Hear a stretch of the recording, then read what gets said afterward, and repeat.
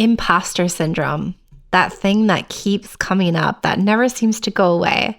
And you might remember back on episode 15 where we did a deep dive into it. And we're going to go even deeper today into a part 2 to that episode because this keeps rearing its ugly head and we just want to call it out. Let's do this. You're listening to the Girl Get Your Face Off a Bus Bench podcast, where we invite you to check your ego at the app, grab a cup of coffee, and get ready to dive into all things real estate marketing, social media, friendship, hardship, love, money mindset, and all the things that celebrate you as a badass boss babe. We're here to encourage you, show up for you, give you a loving kick in the pants when you need it most, and be your soft place to land on the hardest of days. So pull up a seat at our table and get ready to be inspired and start living your best life by design. Welcome to the Girl Get Your Face Off a Bus Bench podcast. We are so excited you're here. Okay, girls, let's dive in.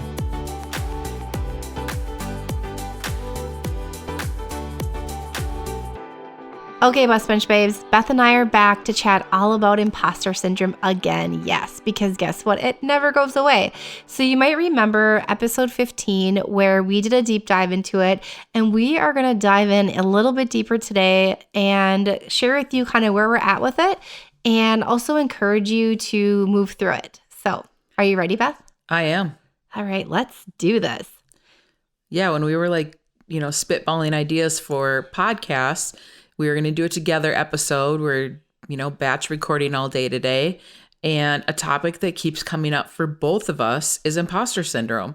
And we're both like, no, yes, should we? Shouldn't we? I don't want to. I know. Because having an episode where we're goofing off and laughing and singing Michael Jackson songs is a lot more entertaining. It's totally more entertaining. For more fun to do. But we do have to talk about the hard stuff too.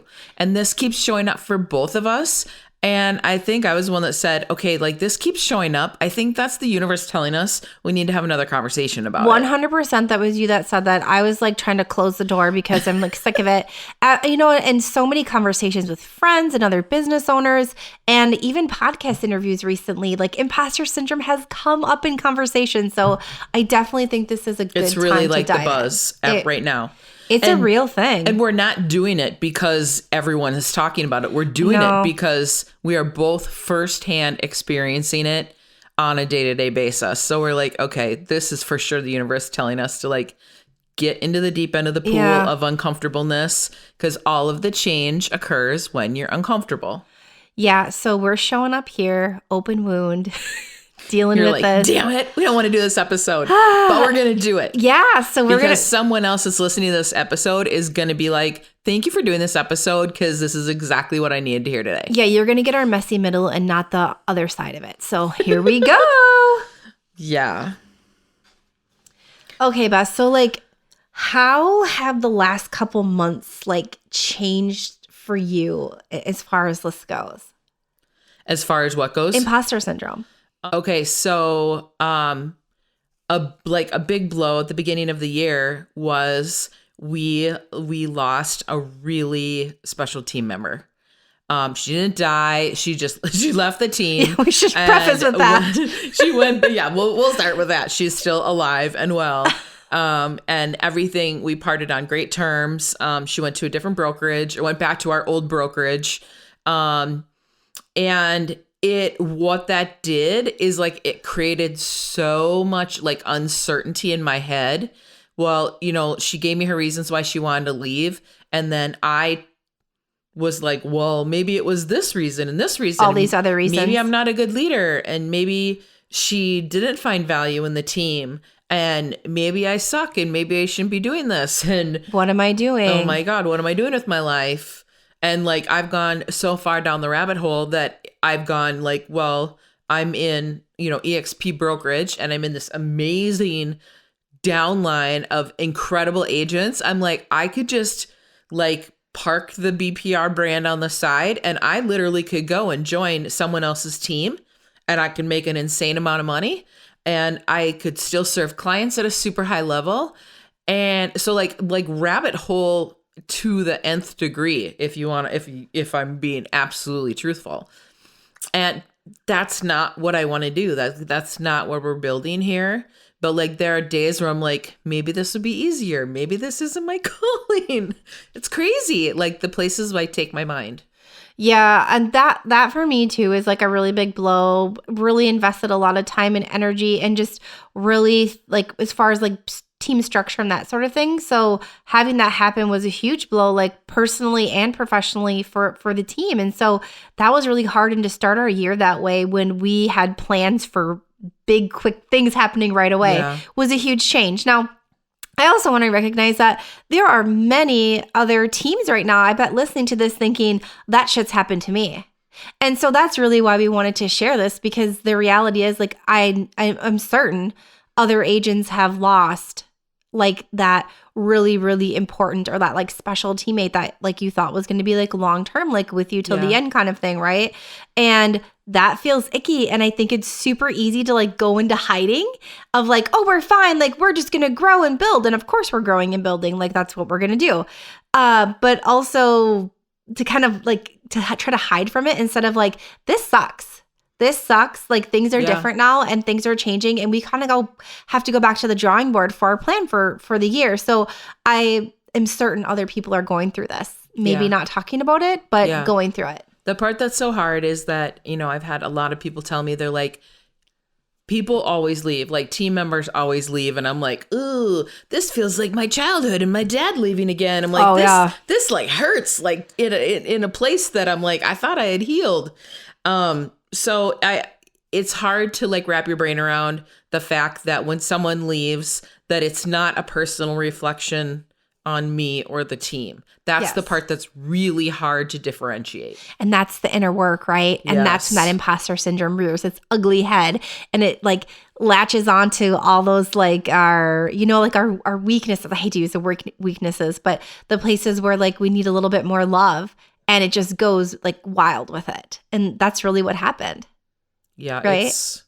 It's terrible. So that was really how our year started off. And also some great things have happened and growth is happening and it's super exciting. But that was sort of a way that, you know, kind of twisted my headspace a little bit. Beth, I know like you took a big sink from it. And my like by nature, I'm like, okay, we must move forward and like boom, boom, boom, boom, boom. And like didn't like allow myself to sit there really that long because I think I feared it. Yeah. Too, which it's probably pluses and minuses there. But the reality is when imposter syndrome comes up, just like we talked about in episode 15, is that you can say, okay, you're here. I acknowledge that you're here. I see that you're here. And I know that you're never going to go away. I'm still going to move forward. And I'm going to accept that you're here and I'm going to still move forward and prove you wrong, basically. Yeah. Yeah. It's showing up in another area too for me in terms of business. And I feel like it's not so much in my personal life these days, but mainly in business is that, you know, we've talked about on the podcast that I changed brokerages last year. Yes. So moved the team. So you're not licensed, so you didn't have to do any license change, but essentially you moved brokerages too. Christy also moved brokerages. Yes, sure did. We moved from Keller Williams to EXP. And regardless of what your thoughts are on EXP, EXP is one of those companies that who you align yourself with is like really going to be clutch and key into your success. So I align myself with this group of people that are insane producers. Like really, they're all have like incredible teams, like teams so big that their teams are bigger than the brokerage that I came from type teams. And I was sitting in my conference in San Diego going, okay, like this is so incredible to have access to like these brilliant real estate minds. And I'm also sitting in the room going, am I really supposed to even be in this room? Like, oh no, we had good production numbers last year, and we had a great year for like a first year team, great year in general last year. But I'm like the little peon, like I'm sitting at the kids' table over here in the corner. And like that creates a whole nother freaking cycle of stories in my head too. It's nuts. Well, like growth comes from the discomfort, right? Yeah. So like putting yourself out there. I love it and I hate it. Like I have this love-hate relationship with it for sure. Because you're aligning yourself with whether or not it, if it's not comfortable, you're pushing yourself. Yeah, that was the whole point of leaving the old brokerage, was because I felt like I had maxed out there. Yeah. Like we started the team and, next month we're in the top 5 teams for our production. And I'm like, well, I just started last month. We've had a team for 1 second and we're already in the top of the heap. Like, where the hell are we going to go? Mm-hmm. Like we're already there in this location. So then I'm like, we need to go somewhere else where it's going to be more uncomfortable, where we have room to grow, where we can just kind of follow in the steps of people that have like paved this awesome road for us. And man, that growth period, it pushes me and stretches me so fucking far out of my comfort zone. It's hard. Terrifying. It is so hard to be in a growth phase like for so long. Yeah. I think like growing a team, we've talked about this, like accepting that it's gonna be it's kind of like our life, right? Yeah. Like the growth. Like we're is raising a baby over here. Yeah. Which you've done and I have never done before, but I feel like I'm raising a baby. Yeah, exactly. And it's a new world and a new headspace to be in. And imposter syndrome just kind of like it's right alongside it. Yeah. It's for everything. And it's amazing when it wants to just like come out, right? Like the second it can. It's a fucking son of a bitch. So what have you been doing, Beth, to like get out of that headspace? I've been trying to keep myself really busy. Okay. Because I feel like if I sort of sit in a place of inaction or like, oh my God, in a space of like overwhelm, it makes it worse. It doesn't make it better. And it for sure makes it worse. I noticed a couple weeks ago, I was like back to back to back all day long. Like I left my house at 7 a.m. and like met with clients and got new listing stuff signed and was just kind of like going. And at the end of the day, I was driving home and I'm like, I feel really good today. Like, I'm like, this is why you're doing the grind that you're doing, because you're helping people, you're serving people, you're like changing people's lives through what they're doing with real estate. And I was like, this is why you're doing what you're doing. And it was such a good reminder. So I really have been trying to like stay in motion and activity and not sit in the like kind of like that woe is me You state. get like out of your head and more like into your why. Yeah. Yeah. I hadn't thought about it, but that's a beautiful way to phrase it. Yeah, that's great. It's Yeah. great. So for me, Yeah, imposter syndrome, like this? the start of the year was not great, but really honestly, work-wise, like it hasn't been coming up too much for me. Thank you. Until, I say this and like knock on wood. For me, it's been more personal. Goodness. So, and it's coming up in motherhood. So I should back up just a little bit. So I stayed at home with Kaya for the first, I still am home with Kaya, but I like solely took care of her until I started working with Beth. I did a little bit of photography work and then, slowly like a little less, a little bit more care. Like she has a part-time nanny and now we're exploring like a Montessori school for her to go to. And what's been happening is like, I'm not enough of any certain thing, right? So like I have friends that are, full-time stay-at-home moms, and I have friends that are full-time careers, and I have friends that, just like all across the board. I do have friends that also run small businesses and like basically what I'm doing. And this piece comes up because I'm like, I'm not a good enough mom if I'm not spending enough hours with her. And then I'm not good enough at my career if I'm not doing enough hours there. So the balance has kind of, the harmony has been missing for me there. And when I talk about like, oh, I'm not like stay-at-home mom is enough.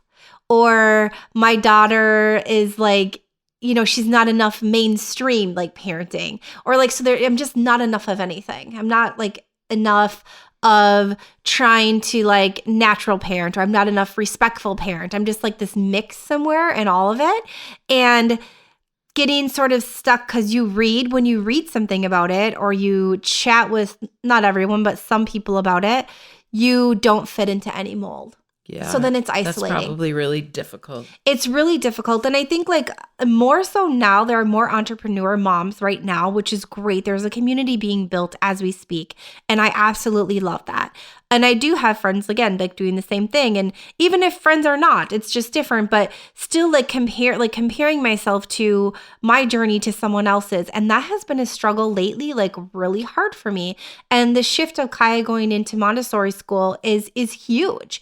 And it's like, well, is she going to get enough time with me? And then am I good enough of a mom if she's this much away from me? So that piece has kind of been a mess for me. And so I've really been trying to, my word of the year, right? It came to me when I was on vacation, or it like slapped me in the face more, is grounding, like grounded or grounding. And I really try to go back to like that grounding space of like what reality really is. And when I actually feel like my feet are planted on the floor, because that has been just rearing its ugly head hardcore lately. So you're saying if you lived on the beach in Holbox, your life would be complete, except you'd need to have better internet. So there's no internet. Like then you're not moving there. I'm not moving there.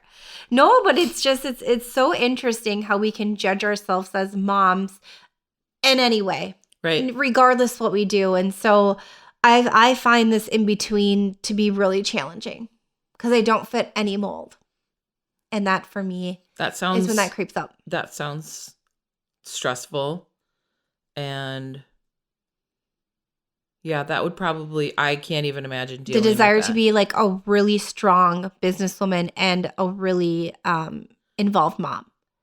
And which from my vantage point, I think you're incredible at both. Thank you. So that it's just interesting what like your day-to-day reality is versus my perception of you from my vantage point. Yeah. Is that I think you're fucking crushing both of them. I'm trying so hard. No, like when your child doesn't get enough play dates in 1 week because you're overwhelmed at home and your nanny quits and all that stuff. Yeah. So it's just that piece of it. It's been really hard. So this season, this imposter stuff is a mess for me in that regard. But I'm literally sitting with it and working through it. What's your go-to thing that you do to like get yourself out of that headspace? Honestly, sit and like just try to breathe. And really? I hold Kaya. Like hold her, hug her. Like, and that is like, I like she is thriving and healthy and happy and like that. Like one of the most well-adjusted children I've ever encountered in my life. She's something. And so that piece, like I feel that wholeness there. And it's also really interesting because that's what guides me. Like I always thought that she would, when I first got pregnant with her, I thought that she would stay home with us indefinitely. Like we would essentially like homeschool and we might someday still, that she would like not do daycare, none of that stuff until like she was at least a lot older. And the reality is I have a very extroverted child. It is her human design. She is made up that way. Her sense of her like lines of community and family, like within her human design. If you go back to that episode with Katrina, she is wired this way, and it is just getting slapped in my face over and over again. So like another child might be just fine at home with mom and dad, but she is happy there, but she thrives with other children and in that setting and very, very social setting. And so I kept getting all these reminders over and over. So like holding her and like grounding myself and just breathing and just being like, you're like, that is what's best for her. Like she actually needs this, not we could get another nanny, but like we could, to keep her home, but just accepting that not every kid is the same too. Yeah. is really hard too. Cause it's different than the idea that I have. Isn't that crazy? It really is. It really is. But I look at her and now I'm like, when I'm with her and I hold her and we're in a calm space, I just know. And that's your mama instinct. And so I could fight that, or I could just let it go and let life be and let her. Well, and I feel like that's what you've done her whole life so far. So like, why would you change that now? That's what's made her to be such an incredible little miniature human being at this point. Yeah. So that's what's coming up for me, Beth. It's freaking insane. Let's actually touch on a little bit here too. So like another personal thing is Ryan, my husband, who we've heard many times in this podcast here. He's struggling with imposter syndrome. He's working on expanding his business. And what's coming up for him is the same shit that comes up for us. This isn't like... So this is an equal opportunity it's thing. equal, like, seriously. And I'm like, oh my gosh. So it's interesting when I talk to him on it because I'm literally giving him like this same pep talk that like we give each other. Yeah. But it's happening for him. So literally this happens to, I would think, most people. Yeah. 90-some%. I think a lot of men just don't. It's not... I don't think imposter syndrome is really buzzword in the male community. And it's easier to go to ego to overcome. But the reality is it exists for like just about everyone and we can't make it go away. It's like, I'm like, babe, it's never going to go away. Yeah. Just learn to sit with it and learn to like how to talk to yourself and ground yourself and like you will get through it. And you execute anyways is what I tell them. Yeah. So, yeah. My last Tom Ferry conference, I was really got to know a fellow coaching person that was also, we have the same coach, and we were eating lunch together one day, and he asked me a question, and I said, I'm just having incredible imposter syndrome, like with where I'm at with the team and with my business, and he looked at me and he goes, me too. And then he shared a personal experience, and we're both crying at this big round lunch table with like 8 other people. And I'm like, you just made it. He's like, I didn't mean to make you cry. And like, he's all, his eyes are watering and he's like, let's go to dinner and talk about this. And so it was just really nice to connect with someone else that is also like in the same real estate space, growing a real estate team. And even and that was the first time I think I've ever had that conversation. Like Mark and I have never once talked about imposter syndrome. I've talked about how I'm feeling about things, but I don't think I've ever said the word imposter syndrome because he'd probably look at me like I'm an idiot, or I'd like I don't think he would even really know what I'm talking about.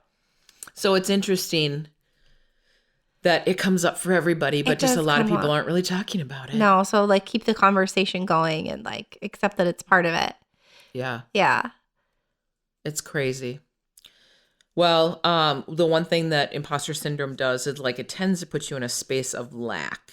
Yes. And that's really like, I think that's one of the spaces for me that is really hard to navigate through, to get out of. And I hate that part of it. So like for you, Beth, you like sink more, like you get stuck, right? Like it's more paralyzing. And for me, I'm like, I gotta do, which is the opposite end of that. So like then I overdo. Yeah. Like I have to do to relieve this feeling where you're like, I got to sit here because I can't do anything. And it's like the opposite ends of the spectrum. It's bad for me. Like when I get too deep in that space. It's not good for me because then I'm doing shit that I don't need to be like, you know what I mean? Like doing too much or like stuff that doesn't make sense or is like not aligned or like losing my mind literally. So it's that piece of it. It's super hard to then like get back to that middle ground or like climb out of it, like you said. Yeah, I think all of this kind of circles back to like what our big whys are in life. Yes, I agree. I think we both have really huge whys, and like they have, like, I know for me, mine, the personal side and the business side for sure intersect at my why, and like bringing that to the forefront because it's so easy to forget that. I don't know why, like, that's the first thing where I'm like, well, off the rails. And like, even my coach or you and I will talk and it'll be like, oh yeah, that is my why. Maybe I should get back to focusing. Maybe I should type it up and like hang it on the wall to remind myself, because clearly I am forgetting this on the regular. It's just our whys are so much bigger than all this other shit. Right. And I think that little voice is really good at quieting your why. Yeah. When you're stuck in imposter syndrome, and it makes it more challenging to move through it. But we're doing the work. We're in the trenches right now with this, and I know you've been a son of a bitch. You can go away anytime now. We are looking forward to the spring for sure. So yeah, we hope that this episode, met you where you were at. If you're struggling with this too, like, we see you, we feel you, and we will persevere and get through. Hit us up on social. Let us know how you're doing. And we would just love to hear from you. Heck yeah. So until next time. Keep your face off a bus bench and keep being a badass boss babe that you are. Okay, girls. Are you feeling as inspired as we are? We're over here cheering you on because you just finished another episode of the Girl Get Your Face Off a Bus Bench podcast. If you want more, head over to girlgetyourfaceoffabusbench.com for show notes and more episodes. And don't forget to subscribe and leave us a 5-star review. They mean the world to us, and they're what keep us going. Girl, thanks for being here.